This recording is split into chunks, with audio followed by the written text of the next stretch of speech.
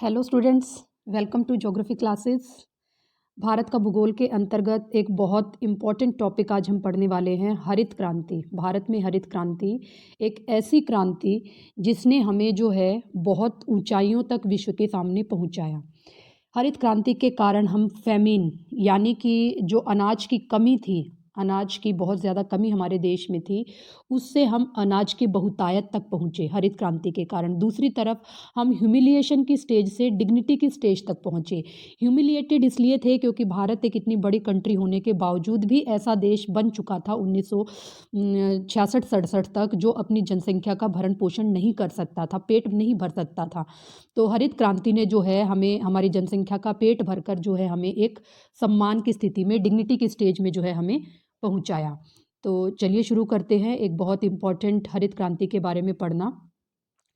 तो हरित क्रांति का श्रेय भारत में जो है वो एम.एस. स्वामीनाथन जी को जाता है ना। भारत में एम.एस. स्वामीनाथन जी थे जो ग्रीन रेवोल्यूशन के प्रोजेक्ट डायरेक्टर थे। लेकिन भारत में हरित क्रांति आने से पहले हम इसको विश्व के पटल पर देख लेते हैं कि ये कैसे जो है इस हरित क्रांति ने धूम मचाई। तो इसके लिए हमें एक बार जो है 1965 की स्थिति देखनी पड़ेगी, है ना। 1965 विश्व में जो है वो एक ऐसा वर्ष काउंट कर सकते हैं हम जब जनसंख्या लगातार बढ़ती जा रही थी और विकास विश्व के विभिन्न देश, विशेष रूप से जो विकासशील देश थे, उनके पास जो है इतनी पूंजी नहीं थी, इतना अनाज नहीं था कि वो अपनी बढ़ती हुई जनसंख्या, विस्फोटक जनसंख्या का पेट जो है वो भर सके।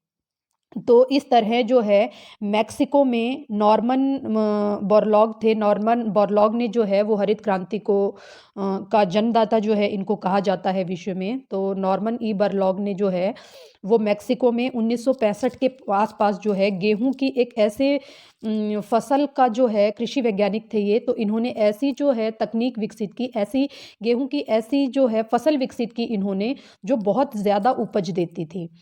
ठीक है, तो ये जो बरलॉग जी का, नॉर्मन बरलॉग जी का जो आविष्कार था, इसने तीसरी दुनिया के देश यानी कि विकासशील देशों के लिए बहुत उम्मीद की किरण पैदा की। भारत जैसे देश जो अपनी जनसंख्या का जो है पेट नहीं भर पा रहे थे, ऐसे देशों के लिए जो है मैक्सिको के इस वैज्ञानिक के आविष्कार ने जो है बहुत ही उम्मीद की किरण जो है जगाई। तो बरलॉग जी के का जो आविष्कार था उसको एम.एस. स्वामीनाथन जी के माध्यम से जो है भारत में लागू किया गया और इनको जो है ग्रीन रेवोल्यूशन का प्रोजेक्ट डायरेक्टर नियुक्त किया गया और इन्होंने जो है हरित क्रांति की पूरी रूपरेखा हमारे देश के लिए तैयार की, उसको लागू किया और हमें जो है एक बहुत ही सम्मानजनक स्थिति में पहुंचाया। तो अब हम देख लें एक बार कि ग्रीन रेवोल्यूशन एक्चुअली है क्या। तो ग्रीन रेवोल्यूशन क्या है? ग्रीन रेवोल्यूशन का मतलब ये है कि ग्रीन रेवोल्यूशन के को हम एक ऐसी क्रांति के रूप में जो है वर्णित करते हैं जिसके कारण जो है बहुत ज़्यादा वृद्धि जो है वो अनाज के उत्पादन में हुई 1968 के वर्ष में। यानी कि 1968 में होने वाली अनाज के बहुत अधिक उत्पादन को हम ग्रीन रेवोल्यूशन कहते हैं। अब ये जो 1968 में जो हरित क्रांति हमारे देश में हुई, इसको एक्चुअली पैकेज टेक्नोलॉजी कहा जाता है। पैकेज का मतलब तो आप समझेंगे, पैकेज मतलब एक पूरा जो है एक पैकेट आप जो है इसे कह सकते हो। एक चीज़ नहीं थी, एक चीज़ पर आधारित नहीं थी ग्रीन रेवोल्यूशन, ये एक पैकेज था। बहुत सारी चीज़ें जो है इसमें शामिल थी। तो इसमें जो है क्या क्या चीज़ें शामिल थी? सबसे पहले इसमें HYV यानी कि हाई यील्डिंग वैरायटी, जो उन्नत किस्म के बीज थे वो शामिल थे इसमें। इसके बाद इसमें जो है सिंचाई शामिल थी, इसमें जो है रासायनिक उर्वरक शामिल थे, इसमें जो है खेतों का मशीनीकरण शामिल था, खेती का मशीनीकरण शामिल था। तो इस तरह हरित क्रांति एक पैकेज टेक्नोलॉजी थी जिसमें जो है ये सारे के सारे कारक मिलकर जो है हरित क्रांति को इन्होंने जो है सक्सेसफुल बनाया। तो इसको जो है और थोड़ा सा गहराई से अगर हम समझें तो J.G. हॉरर हैं, उन्होंने हरित क्रांति को किस तरह से डिफाइन किया है। उन्होंने ये कहा है कि हरित क्रांति 1968 में होने वाले उस आश्चर्यजनक परिवर्तन के लिए प्रयोग किया जाता है जो भारत के खाद्यान्नों के उत्पादन में हुआ था। यानी कि 1968 में जो खाद्यान्नों में बहुत अधिक वृद्धि हुई थी उसी को हरित क्रांति जो है कहा जाता है। और इसमें दो कारक जो है महत्वपूर्ण हैं, और ये दो कारक कौन से हैं कि इसमें कृषि के उत्पादन में बहुत अधिक वृद्धि हुई थी, और दूसरा ये है कि इस कृषि उत्पादन को जो है लंबे समय तक बनाए रखा गया था। यानी कि जो कृषि उत्पादन 1968 में शुरू हुआ वो आज तक जो है जारी है। तो इस तरह उत्पादन में वृद्धि हुई और उस उत्पादन वृद्धि का स्तर जो है बनाए रखा गया। इसी को जो है हमें हरित क्रांति कहते हैं। तो अब जो है थोड़ा सा फैक्टर्स देख लेते हैं हरित क्रांति के, कि क्या क्या फैक्टर्स हैं जिन्होंने हरित क्रांति को जो है मतलब हरित क्रांति जो है, जिनके कारण हरित क्रांति संभव हुई। आज की इस क्लास में हम केवल फैक्टर्स देखेंगे और इसके जो है समस्याएं और बाकी एस्पेक्ट्स जो है अगली क्लास में देखेंगे। तो फैक्टर्स देख लेते हैं। फैक्टर्स को जो है आप कारक भी कह सकते हैं, विशेषताएं भी कह सकते हैं। ठीक है, फैक्टर्स का मतलब है हरित क्रांति के कारक, और हरित क्रांति की विशेषताएं भी जो है हम इसको कह सकते हैं। यानी कि कौन कौन से कारक हैं जिनके कारण जो है हरित क्रांति संभव हुई। तो सबसे पहला जो कारक है वो है हाई यील्डिंग वैरायटी सीड्स, यानी कि उन्नत किस्म के जो बीज थे उनके कारण हरित क्रांति जो है संभव हुई। तो यहाँ पर जो है अगर आप देखेंगे तो जो उन्नत किस्म के बीज है वो 5 तरह की फसलों के लिए जो है सबसे ज़्यादा उपयोग में लाए गए। अब ये 5 जो है कौन कौन सी थी, जैसे कि गेहूं है, गेहूं के लिए कल्याण और सोना उन्नत किस्म के बीज थे। चावल है, चावल के लिए विजय, रतन और पद्मा जो है उन्नत किस्म के बीज थे। मिलेट यानी कि बाजरे के लिए HY1 था। मेज़ यानी कि मक्का के लिए गंगा 101 जो है उन्नत किस्म का बीज था, और ज्वार के लिए जो है CSH2 ये जो है उन्नत किस्म का बीज था। तो ये उन्नत किस्म के बीज ये जो है इस तरह के बीज थे जो बहुत जल्दी पककर तैयार हो जाते थे, और फसल मतलब उन्नत किस्म के बीज थे। इसमें जो है कई तरह की जो है विशेषताएं थी, जल्दी पककर तैयार हो जाते थे, कम जो है इनमें इनको जो है थोड़ा सा कम शुष्क मौसम में भी जो है ये मतलब मौसम की विशेषताओं के विपरीत जो है ये बीज जो है डेवलप कर सकते थे, खेती जो है इससे संभव हो सकती थी। तो उन्नत बीजों के अंतर्गत जो कृषि क्षेत्र आया उसने जो है बहुत ज़्यादा जो है प्रगति की। तो भारत में जो है कौन कौन से भारत में जो है अगर हम देखें तो ये पांचों फसलों के जो है, ठीक है, पांचों फसलों के अंतर्गत जो है जो उन्नत किस्म के अंतर्गत जो एरिया था उसने जो है बहुत ज़्यादा इम्प्रूवमेंट किया। कुल की अगर हम बात करें तो 1966-67 में जहां 18.9 लाख हेक्टेयर भूमि पर जो है उन्नत किस्म के बीज डाले जाते थे, वहीं 2014-15 तक 982 लाख हेक्टेयर भूमि पर जो है उन्नत किस्म के बीज डाले जाते हैं। तो ये जो है डिफरेंस जो है आप देख सकते हो कि कितना बड़ा डिफरेंस जो है ये है कि बहुत ज़्यादा कृषि जो है हमारी उन्नत बीजों के अंतर्गत लाई गई है। और इसी को जो है विभिन्न फसलों के अंतर्गत जो है आप एक एक भी देख सकते हैं कि किस तरह विभिन्न फसलों में जो है उन्नत किस्म के बीजों का प्रयोग किया गया। तो ये जो है उन्नत किस्म के बीजों की बात हो गई। अब हम थोड़ा सा जो है हरित क्रांति का दूसरा जो महत्वपूर्ण कारक है उसकी बात कर लेते हैं, जो कि आपका है फर्टिलाइजर्स, यानी कि रासायनिक उर्वरकों का बहुत ज़्यादा उपयोग। तो ये जो use of fertilisers actually chemical fertilisers था। केमिकल फर्टिलाइजर्स तो पहले भी डाले जाते थे, लेकिन वो प्राकृतिक खाद होती थी, है ना। तो वो प्राकृतिक खाद जो है प्राकृतिक खाद उतनी ज़्यादा उपज नहीं दे पाती थी। जब केमिकल फर्टिलाइजर्स पे हम स्विच ओवर हुए, यानी कि केमिकल फर्टिलाइजर्स का उपयोग हम करने लगे, तो उससे जो है खेती की पैदावार बहुत ज़्यादा बढ़नी शुरू हो गई।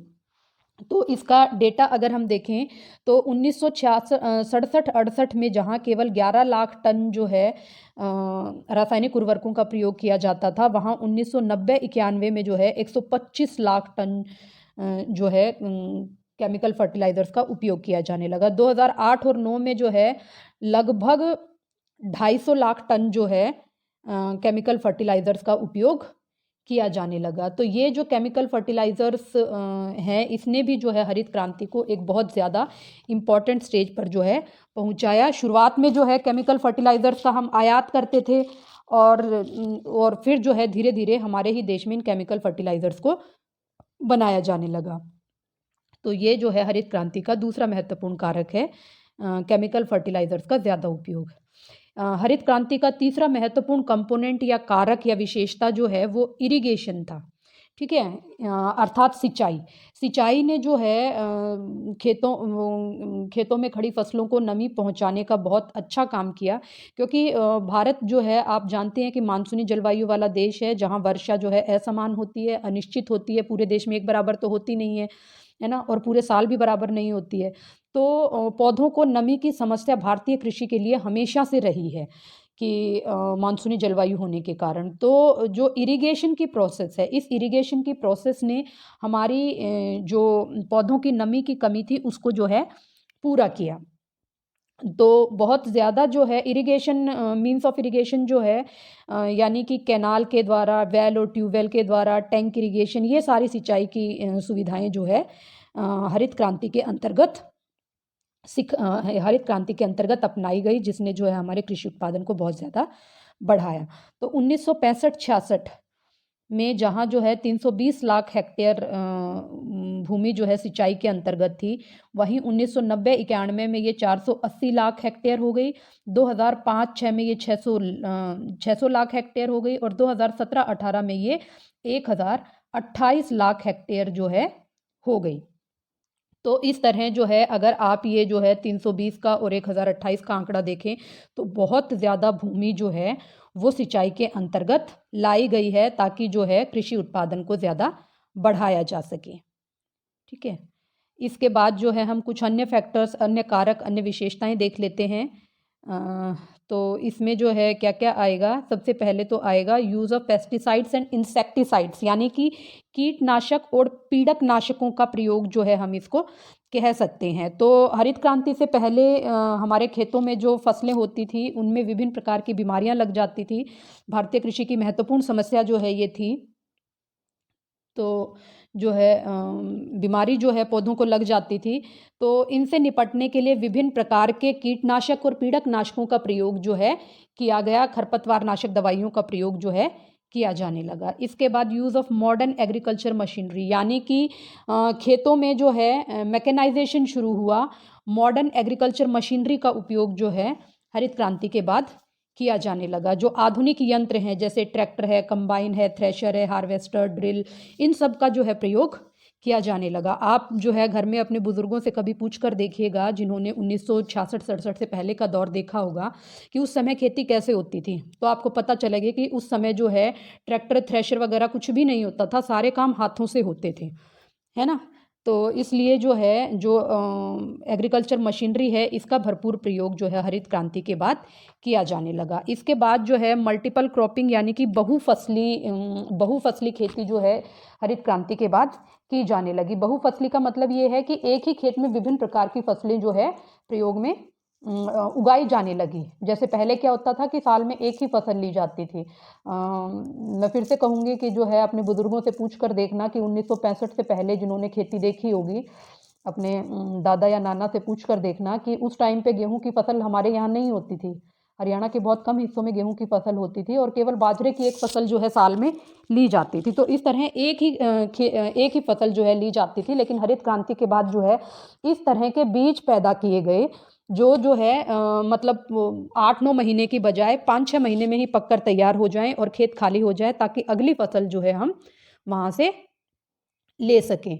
तो इस तरह जो है एक ही खेत में कई तरह की फसलें जो है बोई जाने लगी, और जो है मल्टीपल क्रॉपिंग का जो एरिया है वो भी बहुत ज़्यादा बढ़ाया गया। इसके बाद जो है क्रेडिट फैसिलिटीज़ की बात करते हैं। क्रेडिट फैसिलिटीज़ यानी कि ऋण की सुविधा जो है कि किसानों को उपलब्ध करवाई गई, ताकि ज़्यादा से ज़्यादा खेती जो है की जा सके। क्योंकि जो है जब आप नई तरह की तकनीक का प्रयोग करते हैं, है ना, नए बीज, नई खाद और इस तरह की जो है तकनीक का उपयोग करते हैं, तो उसके लिए आपको फाइनेंशियल सपोर्ट तो चाहिए। तो वो फाइनेंशियल सपोर्ट के लिए जो है सरकार किसानों को ऋण उपलब्ध करवाती है। जैसे अभी आजकल आप देखते हैं कि किसान क्रेडिट कार्ड वगैरह के माध्यम से जो है विभिन्न प्रकार की ऋण सुविधाएं सरकार किसानों को उपलब्ध करवा रही है ना।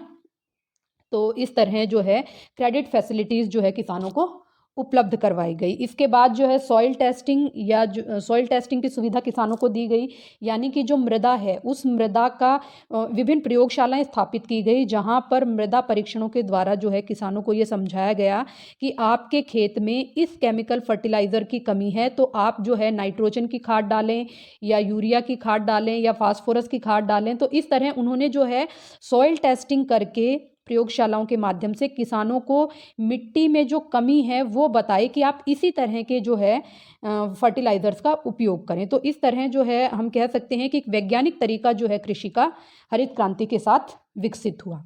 इसके बाद जो है रूरल इलेक्ट्रिफिकेशन, यानी कि जो है जब इतनी सारी चीज़ें की जा रही हैं, यानी कि सिंचाई दी जा रही है, खेतों में जो है पानी दिया जा रहा है, विभिन्न प्रकार के जो है बीज हैं, खाद है और इंसेक्टिसाइड पेस्टिसाइड्स जो है प्रयोग किए जा रहे हैं, विभिन्न प्रकार की मशीनरी का प्रयोग किया जा रहा है। तो ये सारे चीज़ें क्या हैं, ये सारी जो है आपसे एनर्जी मांगती हैं, इलेक्ट्रिसिटी मांगती हैं। तो जब तक इलेक्ट्रिसिटी जो है संभव नहीं होगी, खेतों तक नहीं पहुंचेगी, तब तक ये सारे जो पहले वाले कारक हमने पढ़े हैं ये संभव नहीं है।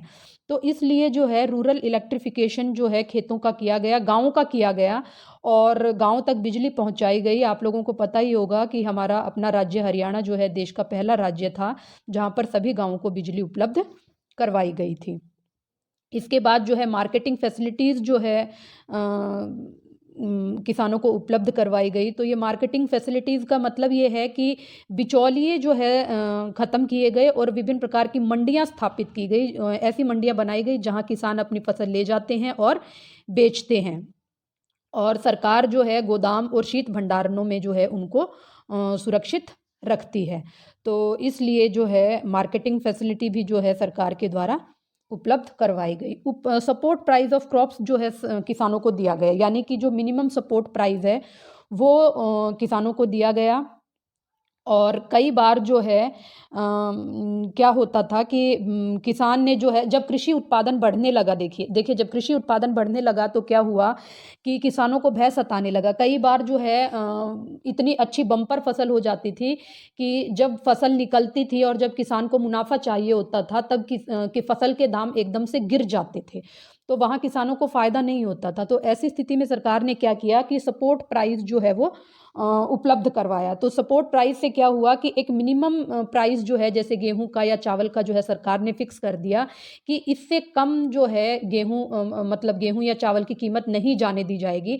अगर मंडियों में इससे कम हो गई तो सरकार उस रेट पर खरीद लेगी, है ना। अगर जो सरकार ने मिनिमम सपोर्ट सरकार ने जो है न्यूनतम समर्थन मूल्य तय किया है उससे अगर ऊपर हुई तो किसान खुली मंडी में अपना अनाज बेचकर मुनाफा कमा सकता है। लेकिन अगर जो है वो कम हुई, ठीक है, जो भाव है वो कम हुआ न्यूनतम समर्थन मूल्य से, तो भी किसान को जो है डरने की ज़रूरत नहीं थी। उसका नुकसान इसलिए नहीं होगा क्योंकि सरकार ने जो है वो मूल्य निर्धारित किया हुआ है और सरकार जो है उस पर किसान की फसल जो है खरीद लेगी ताकि उसको जो है नुकसान नहीं हो। तो इस तरह जो है ये हरित क्रांति के विभिन्न कारक थे। उम्मीद करती हूँ कि ये समझ आए होंगे। अगली क्लास में जो है हम हरित क्रांति के प्रभाव, यानी कि क्या प्रभाव हरित क्रांति के पड़े और जो है हरित क्रांति की दोष और समस्याएं, इनको जो है देखेंगे। तब तक जो है आप इसको तैयार कीजिए। जय हिंद।